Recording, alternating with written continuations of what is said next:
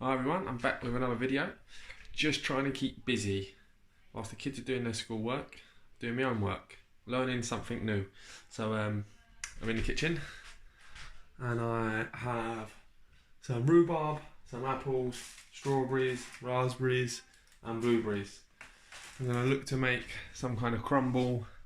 I'm going to dice all of this up, chuck it in a pan with some brown sugar, and then make a bit of a crumble mix and try and make a crumble.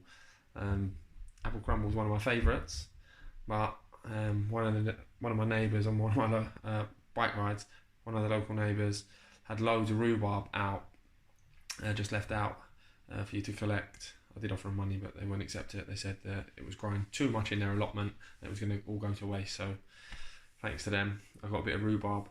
So I wanted to use that and try something new. Never actually made a crumble with rhubarb in, which is funny that. I've always bought those. So keeping busy, trying to keep up here, challenged and doing new things. So one of the ways that you can keep active, and also looking at nutrition as well with a healthy active lifestyle. Lots of fruit in fact I've got 5 here, so 5 a day. Now, can you create something yourself? Can you keep busy? Just little ideas, little videos for you guys to keep busy doing something new. Challenge the mind, right? Always trying to do something new. That's the objective. And we want to utilize this time to learn new skills. So when we go back to normal life, you're equipped with some new skills, and that can be anything, a whole range of things. So just going to pause the video there while I dice everything up. You don't want to see that, it's boring. Right, so I'm back. I've diced all of the fruit and put it in my pot. That is raspberries, strawberries, blueberries, apples and rhubarb. That is in there. Quite a lot. Probably should have a bigger pot. Got my brown sugar ready to go in. If you want to, Google's an amazing thing, so if you want to find an exact recipe, you can. But I like to experiment. I'm going to be honest.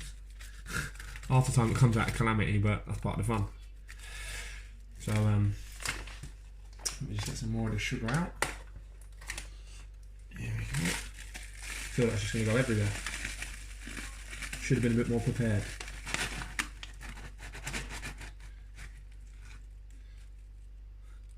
It seems like a lot of sugar.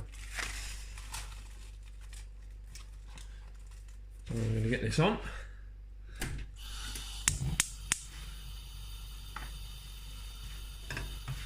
I bet there's loads of people that know how to cook out there laughing.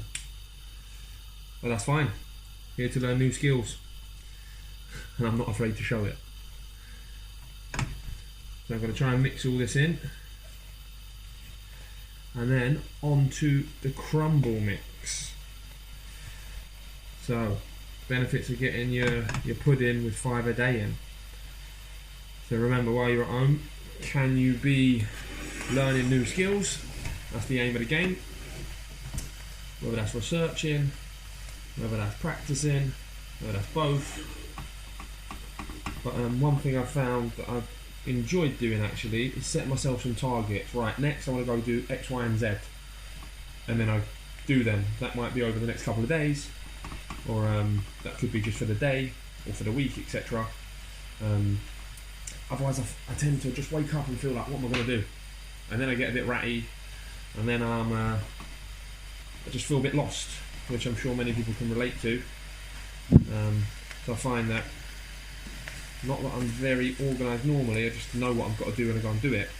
So I've kind of got to be a bit more organised and forward thinking, and just set myself those goals so I can go and achieve them, and I feel a lot better. Once I've achieved that goal, I feel a lot better.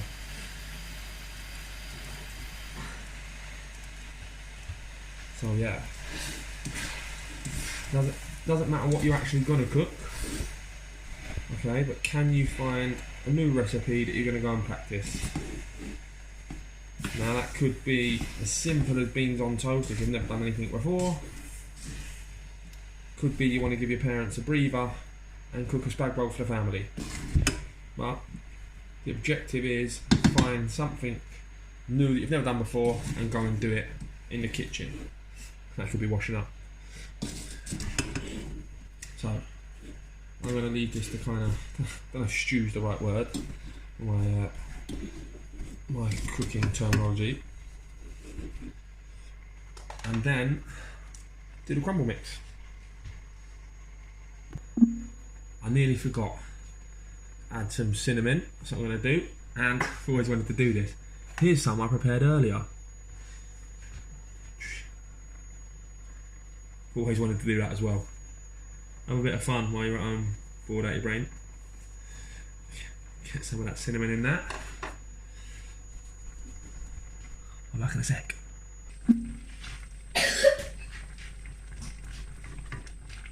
Oh, you're back. Sorry, thought I'd put a smile on your face. Now you don't have to listen to any music. So, we are going to use some porridge oats, some flour, some butter, and where did I put the seeds? I like to add a little crunch to the top of my crumble, so I add some seeds. You know, trying to focus on the nutrition and things like that. So, you don't actually want to see me mix this together. I wanted to keep this video as short as possible without rambling on, but I can't help myself with the rambling. So I'm going to pause you again. And my glasses are steaming up. Right, so I've got a bit of a confession of a master mess up. And I'm not going to play the blame game. It was strictly the wife's fault. So, when I was doing the sugar, and you guys, and some of you at home might be cooking professionals, unlike myself, when I was putting the sugar on, well, obviously I was asking the recipe for the missus. I wasn't going to pretend that I knew how to do this. This was an experiment, as I did actually honestly state at the start. I said, babe, how much sugar do I put on? And she came out into the kitchen quickly, and she went, yeah, put that whole bag in. That's probably about just right. And I looked at her and I said, that looks like a lot. And she went, no, honestly. And I went, are you sure? And she said, yeah, that's fine. And then, after I've kind of simmered my fruit, it's really runny, and I was thinking that normally shouldn't be that runny. So she's coming and she's going, oh, that's really runny. I was like, yeah, I know. That's what I was thinking. And then I said, I'm sure I put too much sugar in. She went, no, that is exactly how much you should have put in. And I said, are you sure? I said, it don't look like it. And I went back onto the recipe that we used to use, and it said to do your apples and put a little pinch of sugar on. And I was like, that was a big pinch. She says, no, I'm sure that's how much I've just recently done it. You know, that's how much I used. You know, with age, you lose your memory a little bit. And she just recently did some jam, she said. And she said that was the amount of sugar she put in for the jam. So we probably put in about 300 grams too much sugar into my now jam. Made some new jam. I did say it was an experiment. So I'm going to kind of try and mush up. I'm going to get the masher, which I'm going to do now, to improvise. Hey, adapting. Life's all about adapting. And I'm going to mash up my fruit a little bit more than I planned. So, yeah, I still have, and I'm currently working with the children with the crumble mixes. We're doing different crumble mixes. We're actually experimenting with some with seeds in, some with cinnamon in, some with this and that in, etc. So I'm then just going to quickly chop up some more apples so I can do a jam and an apple crumble. And I think I've got some berries left, so I'll bang some of those in as well. So I'll be back in a minute. So I've just been Googling how to make my jam less runny, because of course I didn't actually intend to make jam. And they said chia seeds have an absorbing kind of property, which I know all too well, because once I had I think some go into a hole in my tooth, and then they kind of expand. The pressure got so bad in the tooth that I had to have it ripped out. So RIP Mike's tooth. And I'm just going to sprinkle a few of these in to hopefully kind of congeal and jellify the jam. Got to quickly prepare some jam jars, got to find them, and then get this in the fridge ready to set and stuff. So I'll continue to mix this around with the masher, and hopefully I have some nice jam. Got to quickly figure out the preservative don't know if brown sugar is as good as a preservative as the jam jar sugar. Not that I want any more sugar in this. I think there was far too much in there in the first place, so maybe I'll just have to eat it quick. Yeah, get those jam jars ready. So really, to kind of conclude the video, a bit of a disaster, but we improvised. Just going to use these jars. I couldn't really find the closest thing I could find to a jam jar.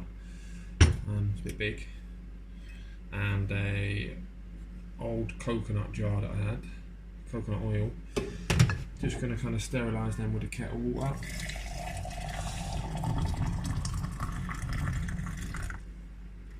I don't know if I've boiled enough, but we'll find out.